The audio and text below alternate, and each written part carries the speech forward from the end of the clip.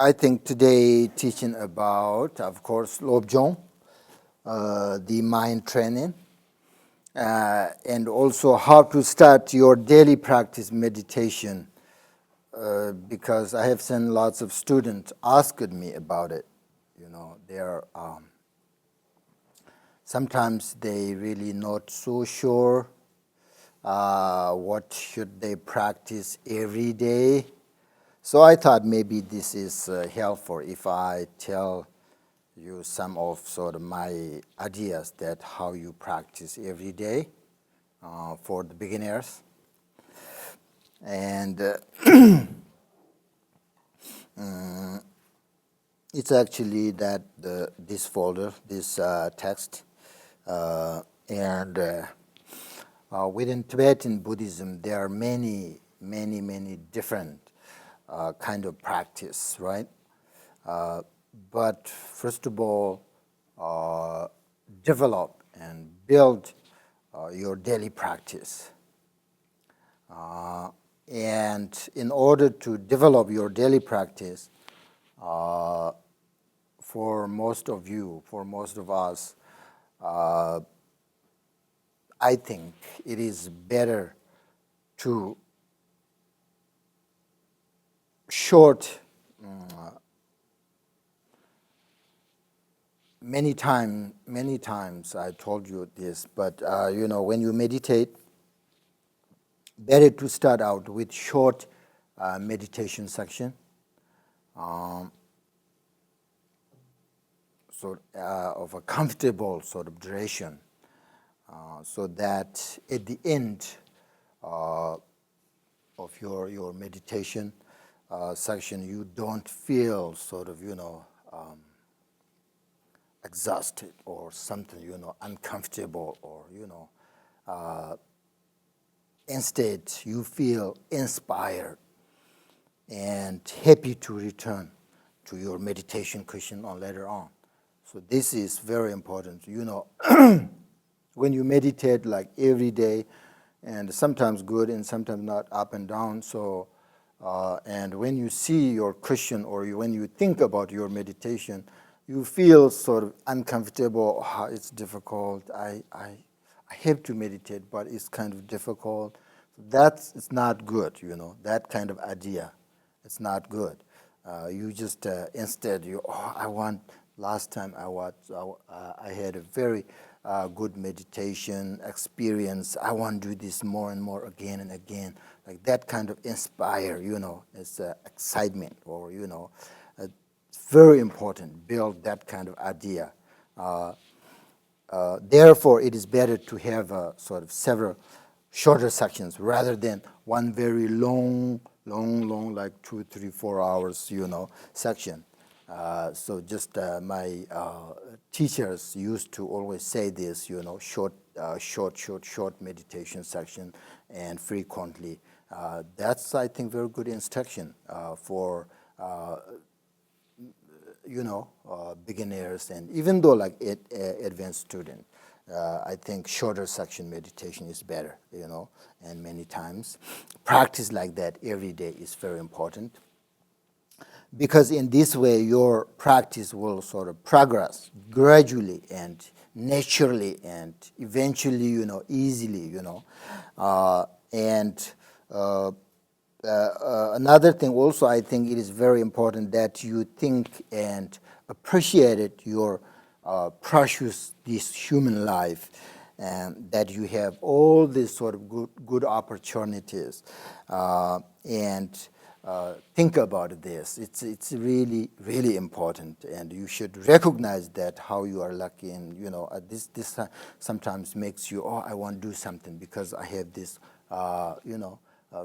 amazing life and opportunities. So, and then also take refuge in Buddha, Dharma, and Sangha every morning before you go to work or whatever, if you're Buddhist, and then most important thing is you need to sort of remember and hold the bodhicitta mind, or the compassion, or the love and kindness very important. Avoid harming others as much as possible during the day. I'm talking about how you meditate in your activities in daily, every day. So that's why the bodhicitta is so important, right? When you remember, all the time, and this way, of all your activities become sort of beneficial for both, yourself and others. If you just keep the bodhicitta mind and hold this compassion during the day, then whatever you do, your activities really beneficial. And I think that's important. Also, eventually lead to enlightenment, In order to get enlightenment, bodhicitta is the foundation, right? Without bodhicitta mind, there is no way to get enlightenment. 100% sure, right? According to Buddhism. If you practice Buddhism, the different religions, they have a different ideas of, they have a different enlightenment. But according to Buddhism, without bodhicitta, compassion, there is no way to get enlightenment. So that's why I always teach, and also myself, I always try to remember my bodhicitta mind, their relative bodhicitta, ultimate bodhicitta, both so important. So that's why bodhicitta is related with how we start to learning to love each other and more sort of open your heart. That is the sort of basic point.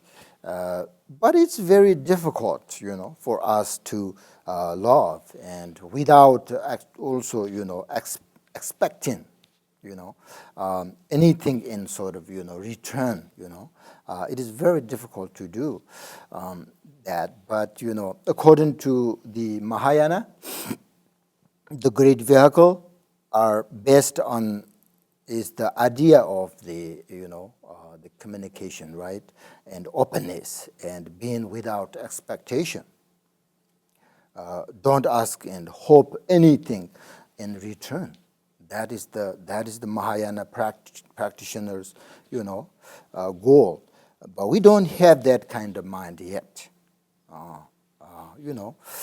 But in order to learn into that kind of love and compassion, according to Tibetan traditions, the traditional way of the cultivating relative bodhicitta, or this compassion or love, is to choose your parents, your mother, as the first example of someone you feel and you sort of know the most important in your life, right? But I think that this modern society, maybe this idea doesn't work, because those who have a difficult sort of relationship with their parents. But according to Tibetan, when we meditate on bodhicitta or compassion, love and kindness, they start with their parents, because that is the most important to remember in their life, and easily to develop their compassion, love towards their parents, and then you can expand slowly and gradually more and more others, right? But first we do that because they're very important. You can try that, actually, sometimes people say, well, my parents are not that important in my life. That's really wrong. Even though you think it's wrong, I can tell. I mean, actually, you can't say that in your sort of entire life, your parents or nobody helped you, somebody has been kind to you. Otherwise, you wouldn't be here today.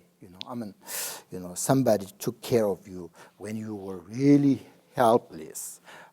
That's the most, I think, of important time that we need help, right? When we have no capacity to take care of ourselves. So maybe that is your parents, maybe your mother, and her kindness is the perfect example, So according to Tibetan tradition, the mother is the parents is the preliminary to relative bodhicitta practice, That kind of compassion is the fundamental. And with that kind of understanding, we can begin to extend our openness, gentleness, and relative bodhicitta slowly, right?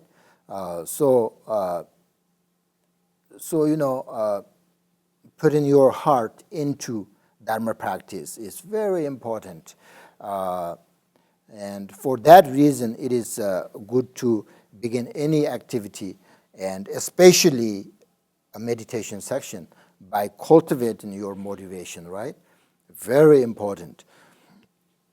And the most important is when you meditate on bodhicitta or whatever, most important is don't forget to sort of bring the good experience of the practice meditation into your daily, activities. That's the most important.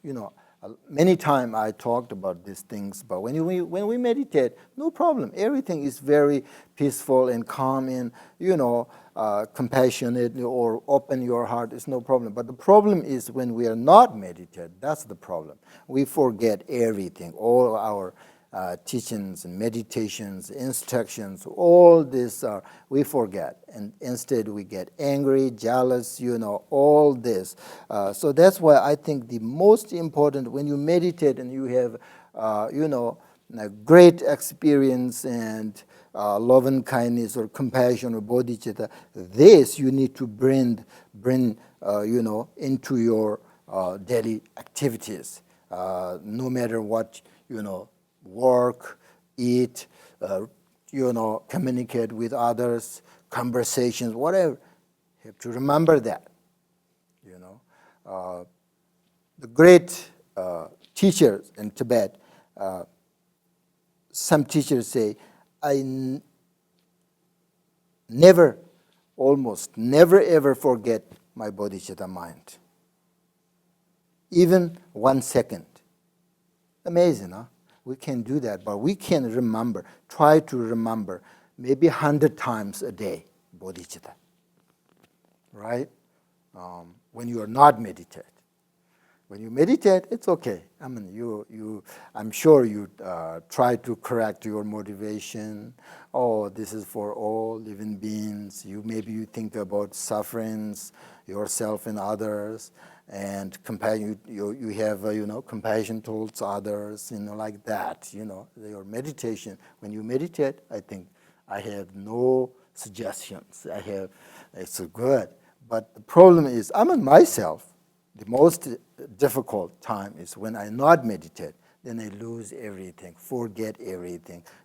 So that's, I think. Then we have, we harm others and make suffering, make unhappy. So that's why I think try to remember your bodhicitta. Bodhicitta. If you remember bodhicitta, then your all activities, whatever. It will be, really benefit for both of you and others, So I think that's because, more you are sort of familiar with the practice and how to do them, the more sort of, enjoyable and, beneficial and everything they will become, So I think, remember, what is the most important? Bodhicitta. When? All the time, yeah. Especially Yes, when you are not meditating. I mean, that's if you, when you remember bodhicitta, actually that is your meditation, right?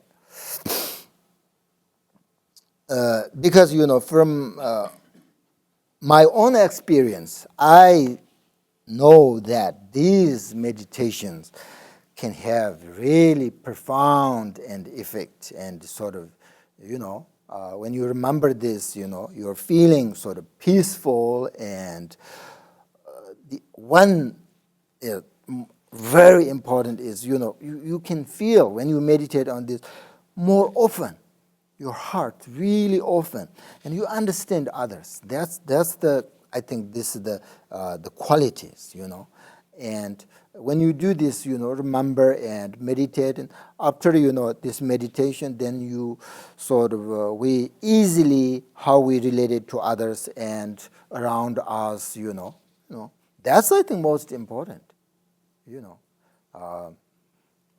We should think about this rather than how become enlightenment or so this. It's not necessary to think now. I mean, we need to think how to communicate others, how I help others. Even that doesn't matter, big or small. Try to that. That's. I mean, we all practice bodhicitta. Then you are a Mahayana practitioner, right? So just really think about others, if we can.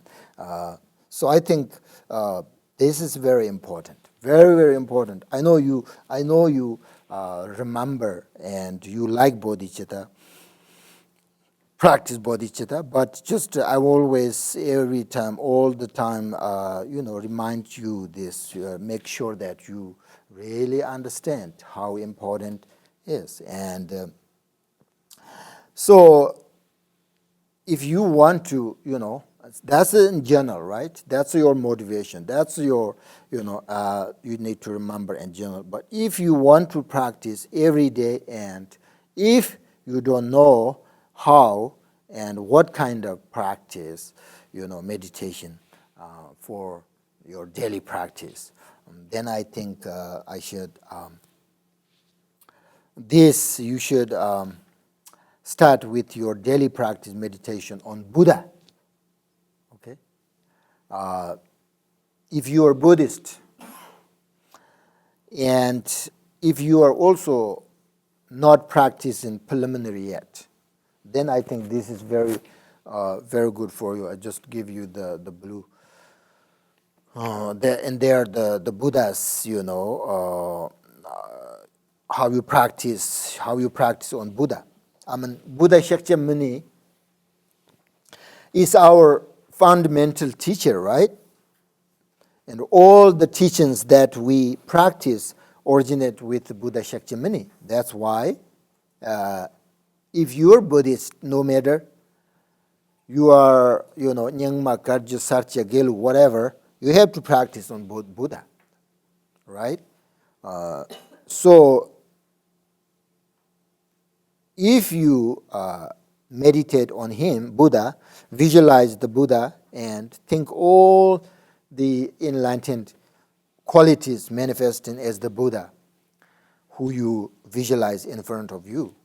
And he is surrounded by others, Buddhas and Bodhisattvas, or even though you want to think about your teachers like that. And you are surrounded by all living beings, all sentient beings, right?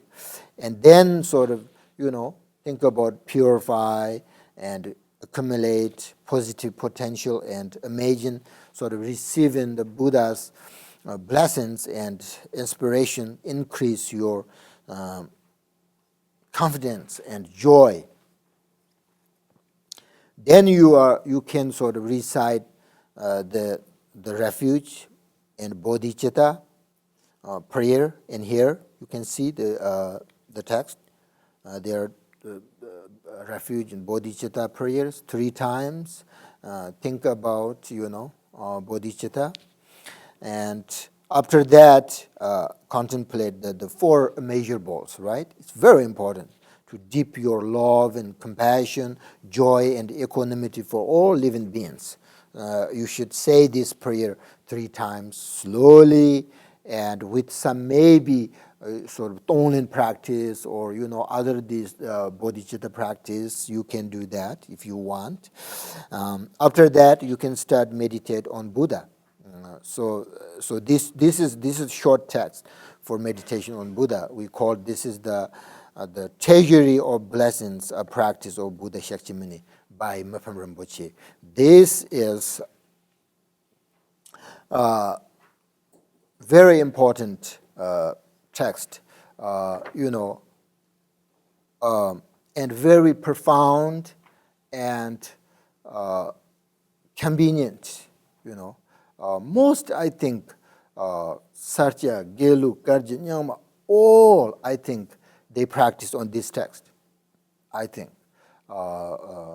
Because this is very famous, and of course, this is not my first time. I give you this teaching 2 times ago, 2 times, I think, and I gave you also the written transmission.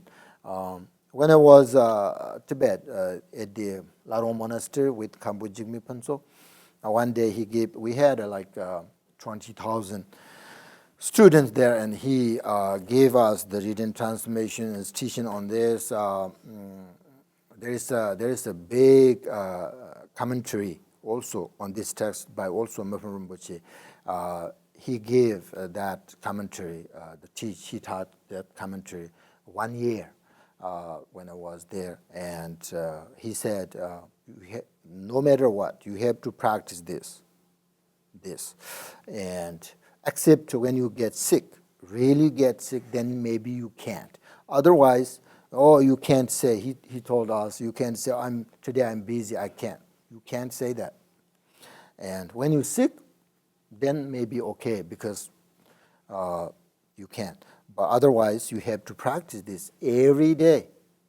Also, Khenpo Panse and other teachers, all they suggested that we should practice. I have this written transmission. Many teachers, different teachers, they all practice.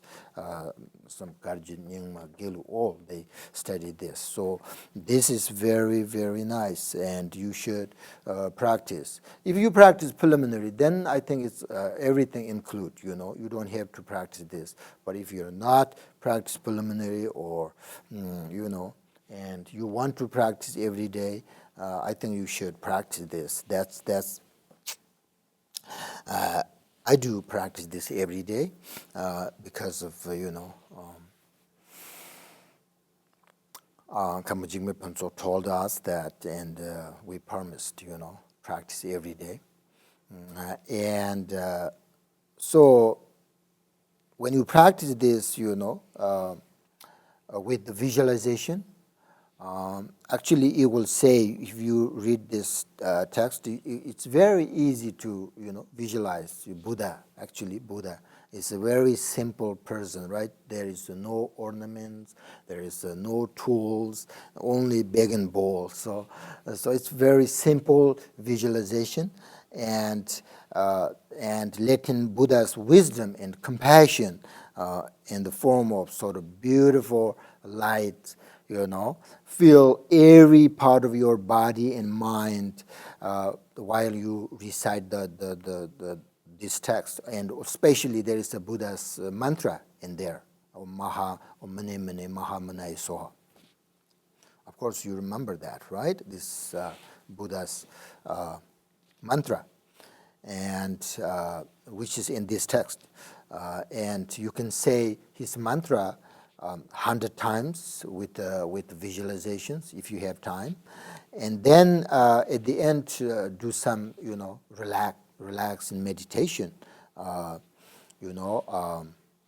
So you should practice this every day, and if you do this, then you are then sort of connected with him. This is very easy, but profound.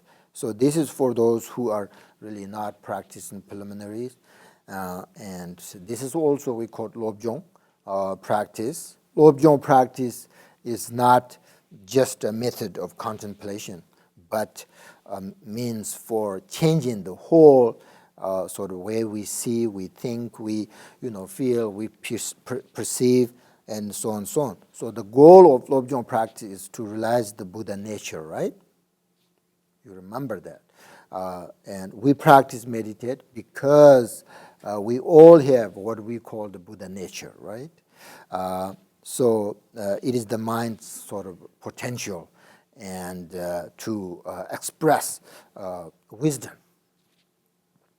Wisdom here means not only to the sort of qualities of worldly intelligence and knowledge that make us adept and successful at sort of dealing with life's problem, but it also refers to a non-dual altruistic state of mind that is not limited in any way.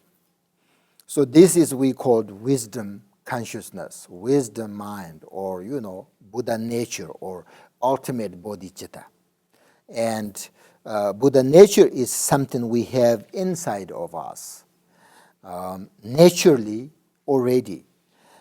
So you can meditate on this, really, Buddha nature, at the end of your practice on the Buddha. Here says, you see the page 3? You see, there is a says, from the Buddha's body there emanate a great radiance of multicolored rays of wisdom light, disciplining all our own and others' obscurations, and causing all the genuine qualities of the Mahayana path to arise with us, so that we attain the level of perfection from which we will never return again to samsara. So you say this and then just relax, and you can meditate on Buddha nature, or we call sometimes great perfection, Mahayana, whatever. So you can, at the end this, let sort of Buddha, then you, in front of you visualize Buddha and let Buddha dissolve into mind, and then you look deeply into your nature mind, and then just relax and meditate on at the end that, Then it says, we will never return again to samsara if you practice correctly. Milarepa said, samsara is the result of wrong point of view, right? Nirvana is realized through perfect awareness and the Buddha nature. So when we meditate,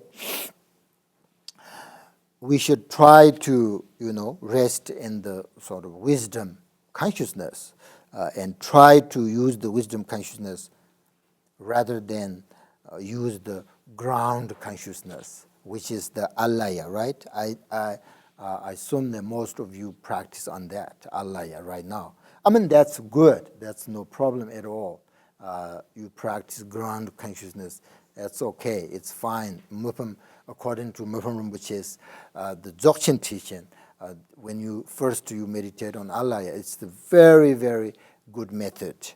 But, eventually you need to move on to wisdom consciousness, which is the nature mind, right? Which is the same Buddha nature, or we call it unborn awareness, or whatever. That's the nature. Eventually, you move on to that. Because, like, for instance, if you practice Hinayana, right, that's perfect, another path. But if you want to get enlightenment, eventually you need to move on to Mahayana practice. That's Buddha said, right? Otherwise, there is no great, enlightenment according to the Hinayana's practice. So that's the kind of sim. Right now, it's very easy when we meditate on whatever, shamatha or whatever, just to relax and you just feel the peacefulness or everything. But that's what I call alaya. It's ground consciousness. If you, but that's good. It's nothing wrong. Okay, don't misunderstand. That's nothing wrong. You have to build that, and then stable. And then you have to sort of look into more sort of deeply in order to recognize the nature mind. So you can do that with this meditation. Also, this is called, you can call Guru Yoga practice, right? But it's a little bit different. But this is really good if you're Buddhist. If you're not Buddhist, then whatever. But if you're Buddhist, you should practice this. It's not many, right? Just actually, it's 4 pages. Actually, not really 4 pages. Some are most you don't have to recite, and just And then I will give you the written transmission. This, okay?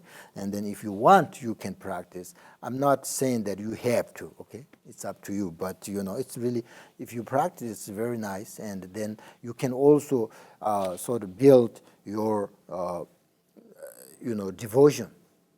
In order to recognize the nature mind, the devotion is the foundation, right?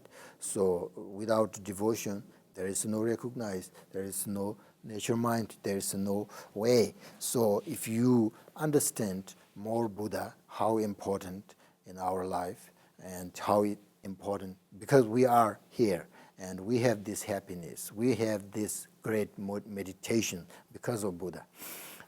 And he suffered a lot. If you really think about his life, he suffered a lot because of us, right?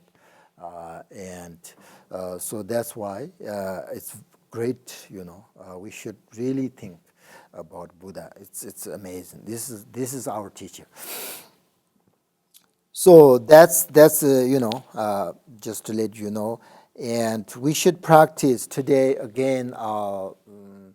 The 3 stages, the breathe in and out and pause. I like that. We did that last time, and I think today also, we call this 3 practice in 3 stages. Which means the breathe in and out, and then pause between these 2. Because I think this is really good. Both, Buddhist and non-Buddhist, student, and also good for, beginners, advanced, everybody. This is really good, I think, because meditate with the breath, or sometimes we call it wind energy.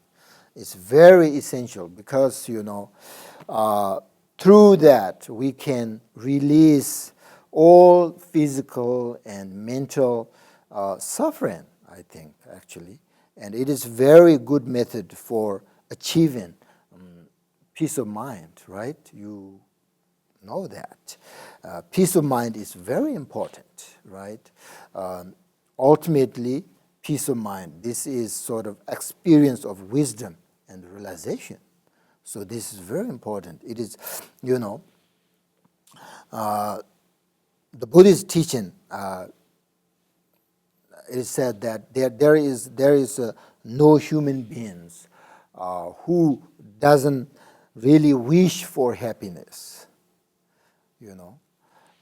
but also there is not many people who actually knows how to find happiness, right? So working with sort of this, with the breath, with the wind energy or breath, gives us the opportunity to find, peace and happiness. If you really focus on your breath, it happens only the present moment, and that is the practice we call mindfulness, right? Mindfulness. If you practice mindfulness and appreciate it, training in the breath, we have sort of an incredible number of opportunities to balance the body and mind sort of every day. Meditate with breath is a unique opportunity for sort of healing, because the breath is something that is with us all the time. Every moment. You don't have to visualize. It's just you just focus on the breath in and out. And this is really a great opportunity if we know how to practice on it. And how to use this is it's unique, and we have so. From the point of view of Tibetan Buddhism, if we practice diligently, use the breath or wind energy until our practice sort of become stable and we learn in how to calm and purify any sort of agitation that arises, because this can reduce our physical illness, and our life health will sort of naturally increase too. So that's why practice on the breath, very important. And especially these, I call the 3 stages, practice in 3 stages on the breath, is especially very important. I will tell you this. But first of all, when we meditate, we need to sort of relax both our body and mind, right? That is the foundation. And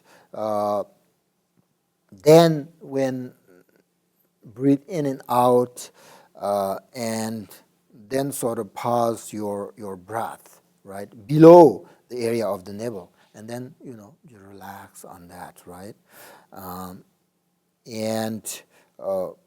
This is how you practice. Of course, most of you know how to practice on this, but and then when breath remains in the body, and focus on that, and also let your breath sort of sometime dissolve into your mind, which means you should look deeply into your nature, okay?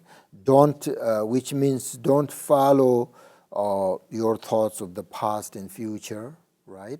Because you are focused on a breath. Breath is present moment. So that's why it helps easily to forget your thoughts, future and past, just to remain in the present moment. And with your whole strength and focus on the mind and the breath.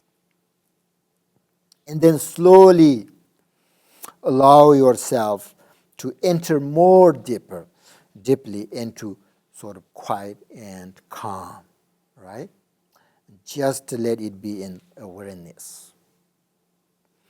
The point is just to keep the mind placed on the object and remain aware of the presence of the object.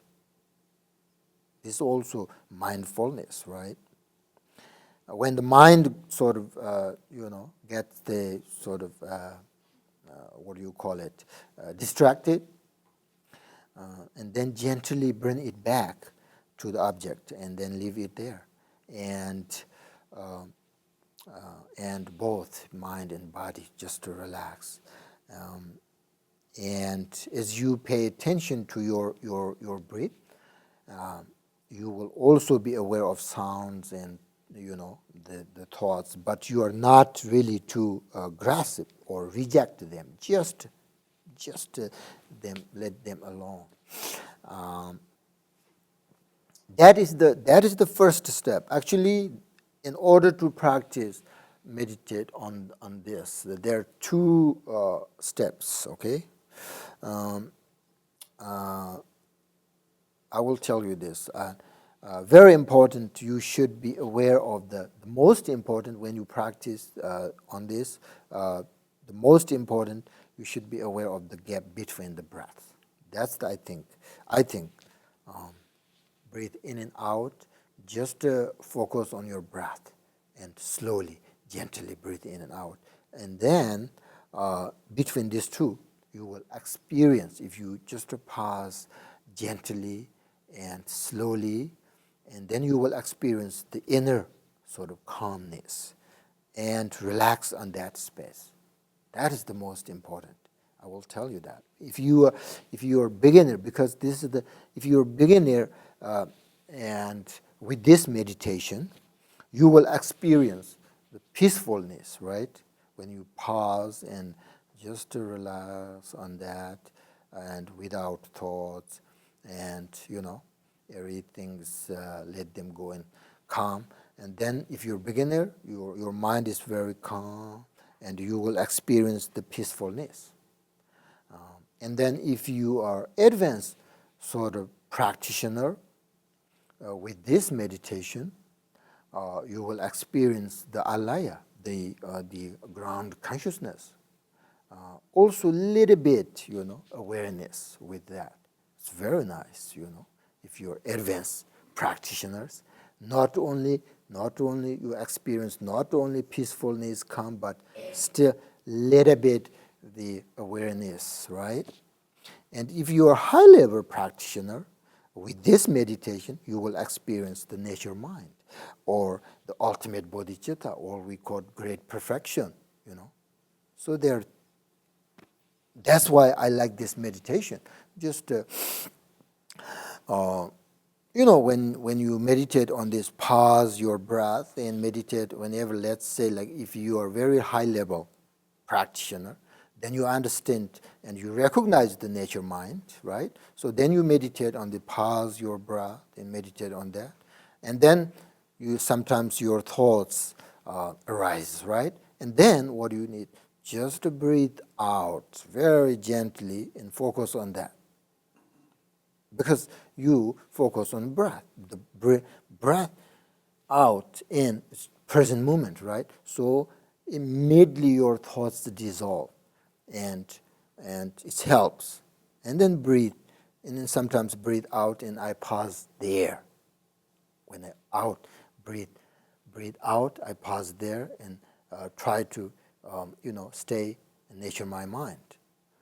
And then thoughts arise, breathe in.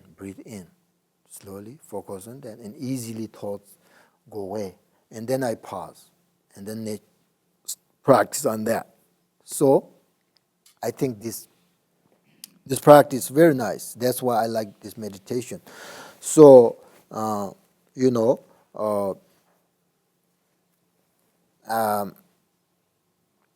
so there are two steps, right? First step is focus on breathe in and out. That's the first. And second step is focus on nature mind, which is the pause your breath. So two steps. Understand that? Question. Yeah. Experientially, in meditation, what is the difference between ground consciousness and nature of mind? Oh, that's very different. Very, very different. I gave you that the text. There is usually, when you meditate, nature mind, or the Dzogchen, the great perfection, most the teachers teach you what is the difference between the ground consciousness and nature mind. That is the most important, because that is the dangerous. When you meditate, sometimes we meditate on nature mind, and sometimes people think, okay, I'm there. This is my nature mind. But then you tell your experience and how you feel, how you see everything. You tell your teacher, and maybe you're not there. Teachers, oh no, that is your ground consciousness. So that's why very important to understand what is the difference between ground consciousness and nature mind. That's why Mapam Rinpoche also emphasized, not only him, but many teachers emphasize, you have to understand really, really clearly what is different. There are so many characters different. Ground consciousness and nature mind, so different. That's very important. Good question, but it's very important to understand in order to meditate nature mind. Otherwise, people think there. Also, sometimes teachers say, yes, that's it. That's your nature mind. But eventually, people, oh, no, that's not nature mind. So that's happened in Tibet many times. People misunderstand. And they think they're there, but not really, because they practice that long time, year by year, spend many, many years, and eventually, I'm not there yet. They will, because if you meditate on ground consciousness, yes, your mind is very stable, calm, peaceful, relaxed. Maybe like you can meditate on that one week without food, without thoughts, without move, but that's it. No more qualities. And then people will understand, what's wrong with this? Well, yes, my mind is very comfortable, very stable, but that's it. But when you teach Dzogchen or great perfection, not that. There are lots more qualities, but they didn't get that. Then they will understand, oh, yeah, I waste my time. So that's why when you read a book or about Dzogchen or these things, they really emphasize what's different between Allah and nature mind. Yeah. So what is the difference? You have to read. You have to listen teaching. It's a big difference.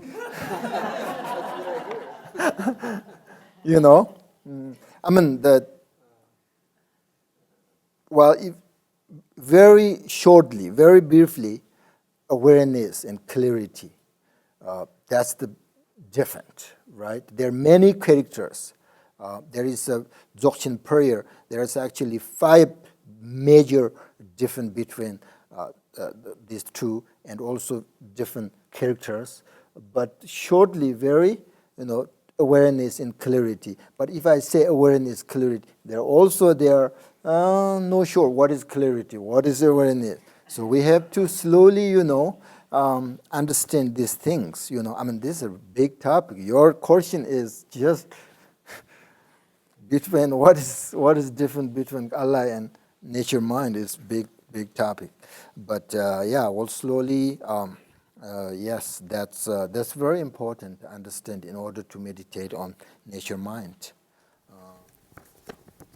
Okay, very good, very important. I hope you will practice, and you should read this slowly. And if you don't understand something, let me know. I will help you. And this is really good. So now practice.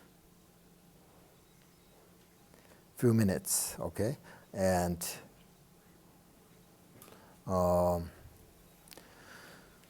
comfortable, very important, right? No matter when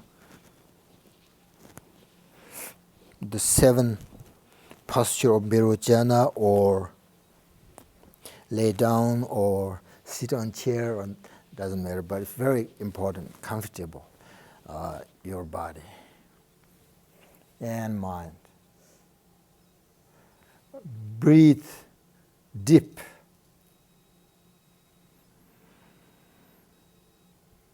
Few times. It will help calm your mind. If you're thinking too much or thoughts a lot, then you need to sort of, deep breath few times before you sort of meditate.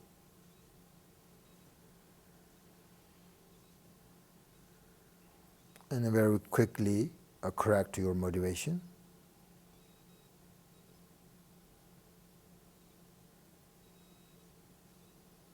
That is always the prerequisite when you meditate.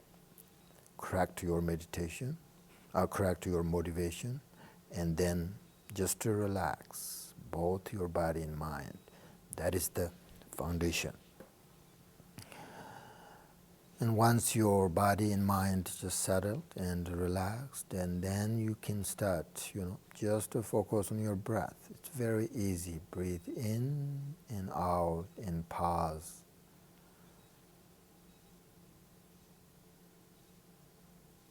When you hold the breath, you really need to sort of go deeply, into your nature mind, okay? A few minutes.